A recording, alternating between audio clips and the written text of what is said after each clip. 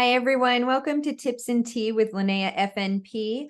My name is Linnea Baker. I am a board certified family nurse practitioner. I have over 25 years in healthcare, and I am also a certified health and well-being coach. I am so grateful for each of you who are giving up some of your valuable time to plug in and listen to what I'm about to share with you.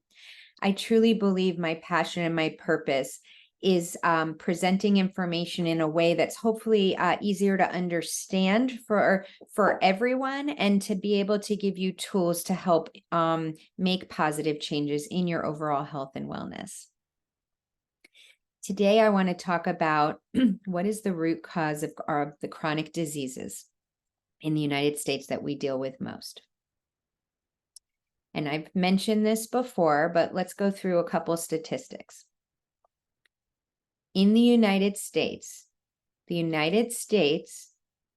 is ranked number one in the world for the amount of money we spend per person on healthcare cost. The number one in the world out of all the countries in the world. That's amazing. However, when you look at the fact that the United States is ranked about 42nd now, we were about 32nd, we've fallen from that. We are ranked 42nd in the world for our longevity. We don't live as long as other countries, but we spend the most money per person on healthcare. That's a huge disconnect. That means what we're doing is not working. Okay, this impacts everybody in the United States. All of us have been touched by the chronic illnesses that are killing us the most in the United States, and we're going to cover some of that. The loved ones, friends, relatives, all the people. And that's what I'm here to talk about today, to give you some information so you can understand the root cause. I've always been holistic in my practice. And I've always tried to look at, well, why are all these things going on? They must be connected. The problem is, in our healthcare system, we typically look for symptoms, we give a diagnosis, and we treat the disease, but we don't treat the underlying root cause of the disease in the majority of cases.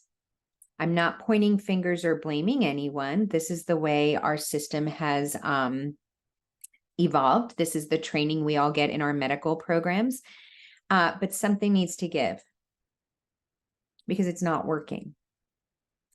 And I have a servant heart. I didn't get into medicine to become rich. I got into medicine to serve others and take care of people.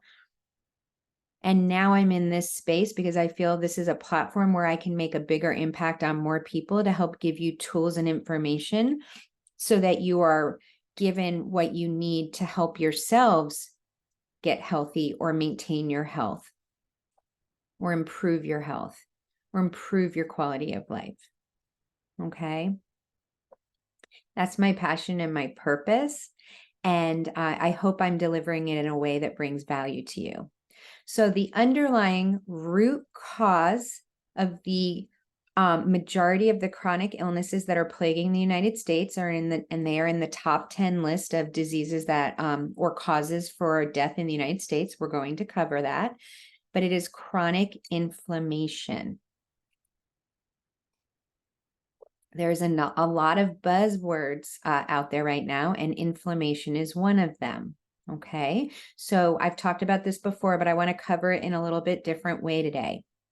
Okay, chronic inflammation is different than acute inflammation. And when people are talking about inflammation and chronic disease or our health, they're talking about chronic inflammation. We do need inflammation to help us heal from diseases and injuries and infections. Our body, it's our immune system kicking in to protect us.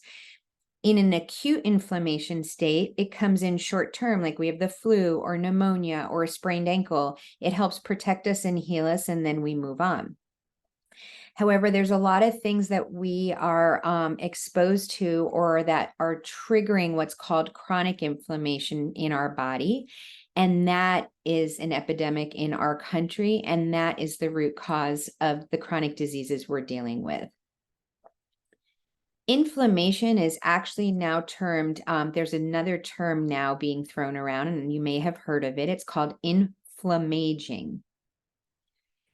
Really, aging in the United States, we have kind of, if you think about someone who's aging, we're thinking of frailty, disability, chronic illness, loss of mobility, loss of independence, decreased cognitive or brain function. That's not normal aging. That's actually inflammaging. That means the chronic inflammation is deteriorating the person as they age. If you look at blue zones, which are countries where people live to be 100+ years old, they are aging gracefully.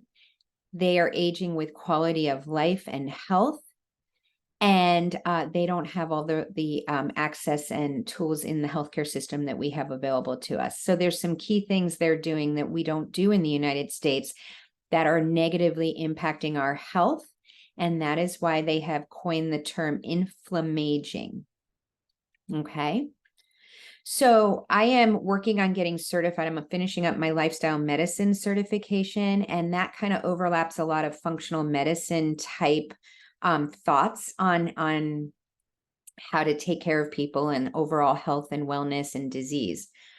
When you talk about lifestyle medicine or functional medicine, I want you to realize this isn't some voodoo, out there kind of crazy off the chart, like thoughts and ideas on health and wellness. This is evidence-based medicine. I was trained in Western medicine, which is evidence-based medicine. Okay. I know what sources, part of our training is looking at what are legitimate sources that we can pull information from to treat our patients. Okay. What are the standards of care? Well, I can tell you that lifestyle medicine and functional medicine are evidence-based. Just today, I was pulling up resources from the National Institute of Health, the NIH, that supports everything I'm talking about. And there's so many more resources. The publishing, the journals have published data, the studies have been done. This has been known for a very long time, hundreds of thousands of years it's been used, but since the changes in our healthcare system with more focus on different medicines and treatments along that vein, we don't talk about these things, and they've kind of gotten away from the true essence of healthcare. Okay. So we want to treat the root cause when we talk about lifestyle medicine and functional medicine. We're not trying to band-aid the symptoms. When I say band-aid the symptoms, you go in with a cough, you get a cough medicine, but nobody really knows what was really causing the cough. That's band-aiding a symptom instead of finding out what the root cause was. Was the cough due to postnasal drip? Was the cough due to asthma? Was the cough due to pneumonia? And on, the list can go on and on. So root cause. I want you to be able to thrive and be healthy and heal. And that's why it's so important we find out what the root cause is. And when we look at inflammation as a root cause, there's a number of things that can cause chronic inflammation.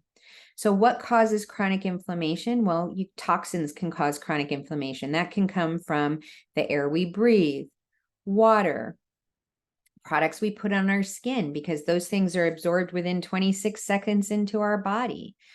Pollution is something that we can be breathing in that is a toxin. Smoking, if you're doing any kind of smoking, even e-cigs or vaping, that's all toxins that are getting into your body. Allergens, all right? Those are also triggers for chronic inflammation. Microbiome imbalances. We've talked a lot, and I will be doing more coming up on gut health and the microbiome, but things that cause our gut to be unhealthy or imbalanced, or what we call a gut dysbiosis, that creates chronic inflammation. Infections, stress, poor diet and food choices, poor sleep quality. So when we look at chronic inflammation, there's a lot of things we can control to impact chronic inflammation. And a lot of this comes from the pillars of following a healthy lifestyle. And that's eating a nutrition and food that supports our gut health and our healthy microbiome. That's getting the adequate amounts of exercise, adequate amounts of restful sleep, drinking clean water, drinking enough water, managing our stress and our mental health, engaging in community and having healthy relationships are some. That just name a few of the things we can do to have a positive impact on our health and lower or decrease or even reverse chronic inflammation. Okay, depending on what's triggering it. We covered last week cortisol and how cortisol can damage our health and what causes an elevated cortisol. We talked about how our bodies are stressed out. We're maybe not getting enough rest or sleep, and that can drive cortisol. Cortisol creates chronic inflammation when it goes on for a chronic amount of time. Short bursts of increased cortisol are normal, but not long-term. And that chronic inflammation is what sets the ground for disease to result. And it also impacts our overall health, our metabolism, and our quality of life. So Dr. Mark Hyman, you may have heard of him. He's a functional medicine doctor that's been in this vein for decades. I mean, when this was not popular, when this was not a buzzword, when gut health and microbiome and inflammation were not being utilized like they are now or as prevalent, he was in that vein. He was doing a lot with chronic inflammation and root cause as a functional medicine doctor. And he says it's not only that we have too much of what causes inflammation, but also what we're lacking. So it's not just a matter of what we're doing that's creating too much chronic inflammation. It's also what are we lacking in our lives and in our health that are creating chronic inflammation. And really, it comes down to one of the biggest key takeaway is nutrition and the other pillars of health that support a healthy lifestyle. But nutrition has a massive impact on our overall health. And Dr. Hyman goes on to say that food is not like medicine. Food is medicine. And I think when we start realizing that food truly regulates every function of our body, food gives information to our cells. Every cell in our body is made up of the food we eat. So when we feel like junk, or when we eat like junk, we feel like junk. Think about that. When we start flipping the script on what food is actually doing and we become aware of how important it is, we can make better choices, know better, do better. We also know that oxidative stress and insulin resistance play huge roles in creating chronic inflammation. Oxidative stress is created from free radicals. So when our body creates free radicals when chemical reactions are happening in our body, and those free radicals, we usually have an antioxidant that we get from ingestion, right? Usually most of it comes from ingesting because we don't have antioxidants in our body. They come from the food we eat. And so we have where we create we have free radicals from chemical reactions. We're having antioxidants that we've ingested that match that. And so they kind of zero each other out, because we need to have these free radicals form because of the reactions that are going on in our body. They're going to create this. This is a normal process. So just like when I talk about gut dysbiosis, it's when we have good and harmful gut bacteria, and it's okay when they're in balance, but when we have too much of the quote unquote bad gut bacteria, we're in dysbiosis, we're out of balance. Well, when we have free radicals, which we will always get because it's part of the chemical reactions in our body, and we don't have enough antioxidants so that they match up, kind of like they get married and they partner up and then they do no damage. The free radicals won't do any damage because they've been zeroed out by an antioxidant. Well, when they're out of balance and we have too many free radicals and not enough antioxidants to pair up and kind of make them so they're not harmful, they build up and cause oxidative stress. And oxidative stress does a whole lot of damage on our body. It's basically like the inside of our body is rusting out. It creates damage to the arteries. We talked about how the blood vessels in our body from our brain, the carotid arteries in our neck, the blood flow and arteries in the brain, the coronary arteries in the heart, all the blood vessels in our body are, and they're all the arteries which send the oxygen to the various parts of our body, are made up of the same material lining. They're not different. It's all related. And we've talked about that in some of the prior talks we've done. And this oxidative stress, when it's built up, the free radicals build up to create oxidative stress. Well, then it's damaging those arteries, which is setting us up for chronic inflammation and then chronic disease. Okay. We know that chronic inflammation is literally a wildfire in our body that sets up a playground for chronic disease. When we are chronically inflamed, our body is like a fire that's gone out of control. It's like a wildfire. Because remember, acute inflammation focused on protecting us and healing our body is good. Chronic inflammation is not good, because those triggers are long-lasting fires in our body that are creating chronic disease. It's setting it up, the playground for chronic disease. Okay. Well, how do we get antioxidants to decrease the oxidative stress? Well, we eat them. A lot of it comes from plant-based foods, especially berries are really good forms of antioxidants, but turmeric's another antioxidant. There's so many out there. I could go on, and I don't want to get off track, but it's what we're eating.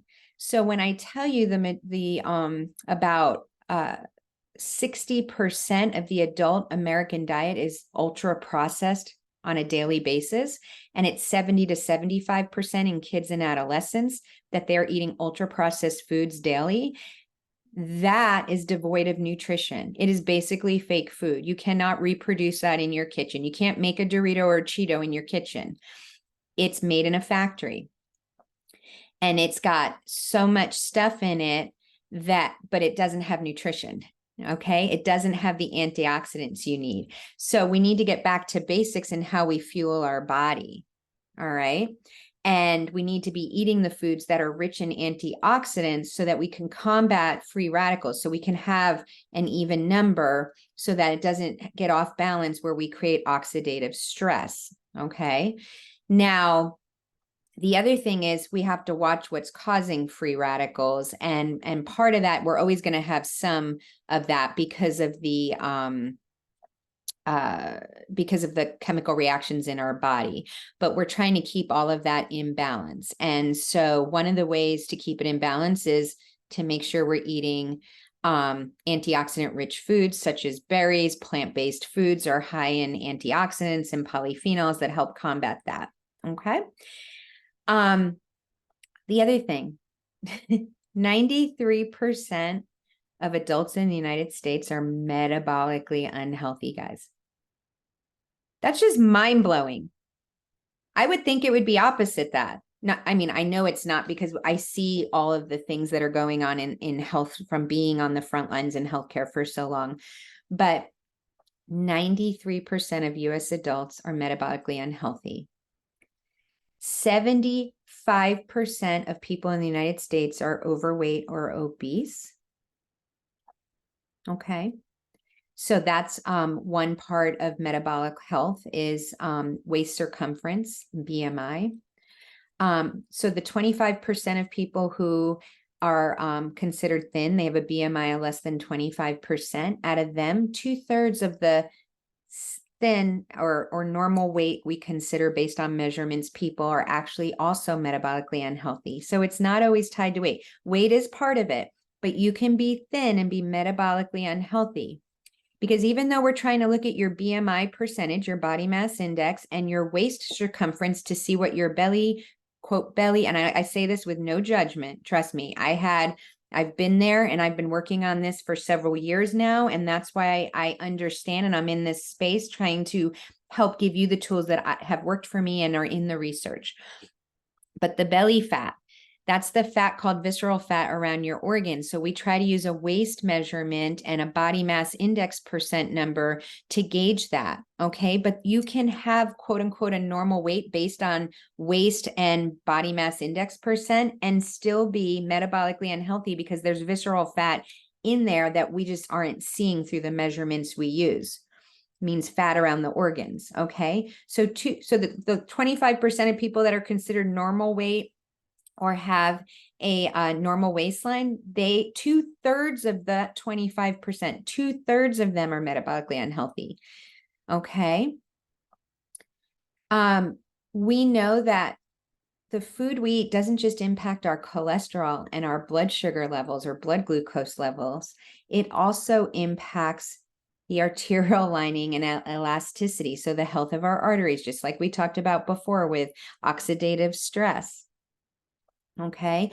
The foods we eat are giving us information and into our body and making up the cells in our body. It's so much more than just giving us quote unquote calories and energy. It's so much more complex than that. So when you start looking at food as medicine instead of food as just something to put out the hunger, soothe the craving, give you some energy and calories, it switches how you think about what you're putting in your mouth. 1 out of 2 Americans have diabetes or prediabetes, and most don't even know it. 1 out of 2, guys. And actually, with newer, more recent studies, they're actually saying 9 out of 10, about 90% of adult Americans have prediabetes or diabetes. And the prediabetes, that's something that's completely reversible and treatable, but we don't find out about it until way late in the game, if we even check for it. And that's what sets us up for diabetes type 2. How do you check to see if you're insulin resistant? Well, yes, we do fasting blood sugar levels and we do hemoglobin A1C, which is your 90-day or 3-month average blood sugar rating. Okay. But we're not checking insulin levels. And the best way to test for insulin resistance is to do a 2-hour glucose tolerance test and to check not only the blood sugar levels fasting and after the challenge, but also insulin levels. Because depending on what your insulin's doing, your blood sugar levels may be normal, but that's because your insulin's working overtime and has still been able to keep your blood sugar levels in what we consider a normal range. But remember, we talk about insulin resistance. Over time, that insulin is just higher and higher levels, and your body stops hearing it, and your body doesn't take the glucose, and the cells aren't listening to the insulin hormone driving the sugar into the cells anymore. And so this sugar or glucose is in our bloodstream where it's toxic. We've talked about that before too. So there is another video on that if you're interested in hearing more, but basically you need to do a 2-hour glucose tolerance test looking at insulin levels and blood glucose levels in order to really know if you're insulin resistant or not. We're looking, when we talk about metabolic health, the blood pressure standards have changed. You want a blood pressure less than 120/80. Okay, that is the standard. That's the new goal. That has changed a while ago. Less than 120/80. You want a good cholesterol, the HDL, the helper cholesterol. Men, you want it above 40, women above 50. You want your triglycerides to be normal, to be metabolically healthy. That means less than 150. You want your fasting blood glucose or blood sugar level to be less than 100. And as far as waist circumference goes, women less than 35 inches, men less than 40 inches waist circumference. And all of those things together mean if you've met all that criteria, then you're considered metabolically healthy. And I said 93% of adults are not metabolically healthy. It's staggering. That's why I know there's such a need for this education. And I want to share this with as many people as I can, because I want you to understand the root cause of these diseases and how to make an impact. It is not about counting calories and logging food. It is so much bigger than that. Our bodies are more complex. And if you are just doing some of these fad crash diet plans, there's so many gimmicks out there. It breaks my heart for people because there's so many things out there that people don't realize. or you're doing injections and pills and all the things to try to lose weight. I understand the frustration. Anyone that has seen my before pictures know how unhealthy I was in my 40s, and now I'm 48, and I've been on a very intentional health journey for well over 3.5 years now, and I've improved my health and also improved so many metabolic markers in my health, so that I am metabolically healthy now, and I am in that small percentage of people in the United States that are considered metabolically healthy. But it took work, and it took me doing the research, and that's why I'm here from a place of love, trying to help anybody who will listen or take my hand to get into that space and walk on that journey with me and get healthier. So the top 10 causes of death in the United States, guys, I looked at them to double check what they are. We all know that, well, most of us know heart disease is number one. That's due to chronic inflammation. Cancer is number two. Most cancers, many of our cancers that we face in the United States are due to chronic inflammation. Then there's chronic low respiratory disease. These aren't in order anymore. Those were the top two: heart disease and cancer. Many of those are due to chronic inflammation. Stroke, due to chronic inflammation. We did a whole talk and a whole series on that with heart disease. Alzheimer's, chronic inflammation. Diabetes, chronic inflammation. Insulin resistance, chronic inflammation. Kidney disease, that's caused by high blood pressure and diabetes most of the time. Chronic inflammation. I looked it up on the National Institute of Health. It specifically says chronic inflammation and kidney disease. Liver disease, again, on the National Institute of Health, chronic inflammation. Liver disease comes from metabolic syndrome and insulin resistance in the majority of cases. Metabolic syndrome is just being metabolically unhealthy and meeting 3 out of the criteria I gave you on waist circumference, triglyceride level, blood pressure, blood sugar, and HDL or helper cholesterol, good cholesterol. And I just gave you that. We also did a metabolic syndrome kind of rundown in one of the talks before, so you can look at that talk. And then COVID is on the top 10 list now. I will tell you, I don't want to go get political or create any feelings in this vein. I just want to say that when you look at the data on COVID, chronic inflammation and weight, obesity played a role in more severe cases of COVID. So there is chronic inflammation does play a role in outcomes in COVID as well. Okay. And then of course, so that was 9 of them. The only other one on the list was accidents and injury, which that's the only one that's completely not related to chronic inflammation. So I hope you understand that that's why I'm here explaining this to you, because 9 out of the 10 top 10 causes of death in the United States that we're dealing with are caused by inflammation, which specifically chronic inflammation. And we are an unhealthy country and nobody's coming to save us. So we have to do the work for ourselves and advocate for ourselves and make the choices and make the changes to improve our health. And if you want to take my hand and walk down on a journey with me, I am more than happy to talk with you and work with you on that. It is my passion and my purpose in life. So what are some symptoms of chronic inflammation? We've kind of covered this before, but you can have weight gain or trouble losing weight, but you can also have trouble gaining weight, I said. You may have gut issues like constipation, diarrhea, irritable bowel syndrome. You may have acid reflux, indigestion, food sensitivities, slow digestion. You may have brain fog, concentration difficulty, anxiety, depression, trouble sleeping, very low energy, poor energy, feeling tired a lot of the time. Okay. Maybe having trouble with perimenopause or menopause symptoms like hot flashes or irritability. Maybe pre-diabetic or diabetic, may have high blood pressure, you may have high cholesterol, you may have an autoimmune disease, you may be having sugar cravings or hunger, you may be having pain in your body, muscle aches and pain or joint pain, swelling in the hands and in the feet. Okay, these symptoms of chronic inflammation, They can come individually. Most of the time they come in a cluster. Headaches are another one. These are all symptoms of chronic inflammation. Now, some of these symptoms, like when I say swelling in your feet, that can also come from heart failure. But what causes heart disease? In chronic inflammation.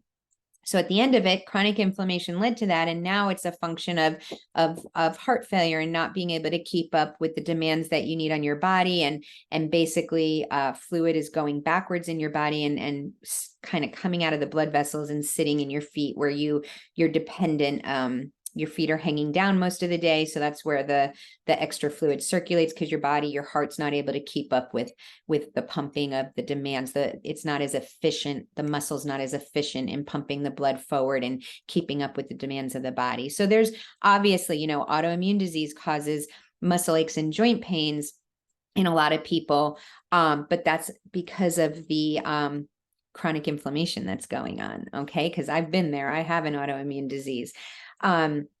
So those are some symptoms of chronic inflammation. So what can you do to help yourself on a health journey to improve? Well, we're going to be covering this going forward, but it does come down to lifestyle medicine and living a healthy lifestyle. And that does not mean you have to eat rabbit food and salads every day, every meal, and feel restricted or feel deprived, because that's not what this is about. We want to talk about building sustainable, healthy habits for life. Okay.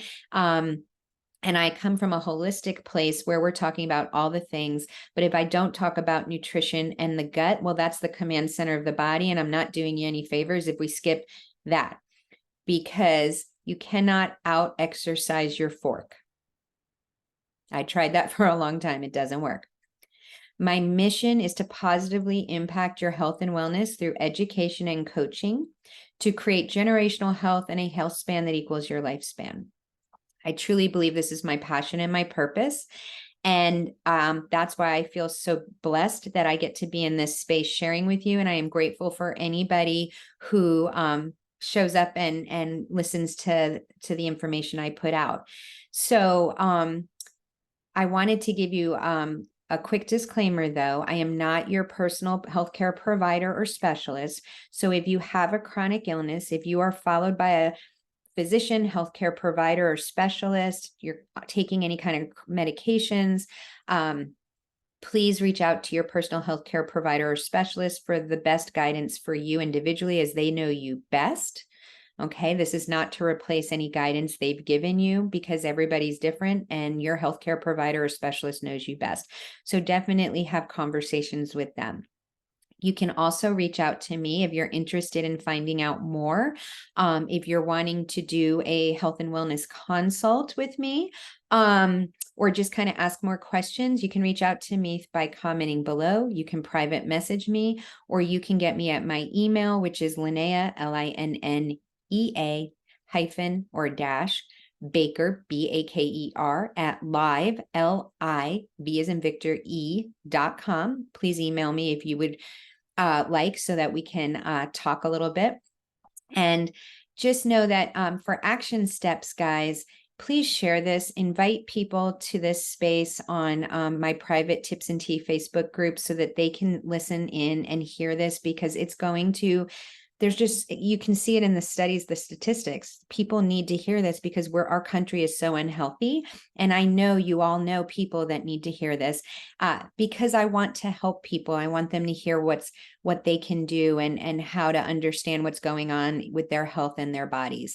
All right. You can invite them to the Facebook group Tips and Tea, tag them in the comments section, and then reach out to me for a health and wellness consult. So I would love to talk with you individually and see where you're at, and offer anything that I can to help you on a holistic, healthy lifestyle to meet your personal health goals. Okay, guys, I am so grateful for each of you. Thanks for your time. Again, I hope this brought you value. Until next week, please be safe. Thank you.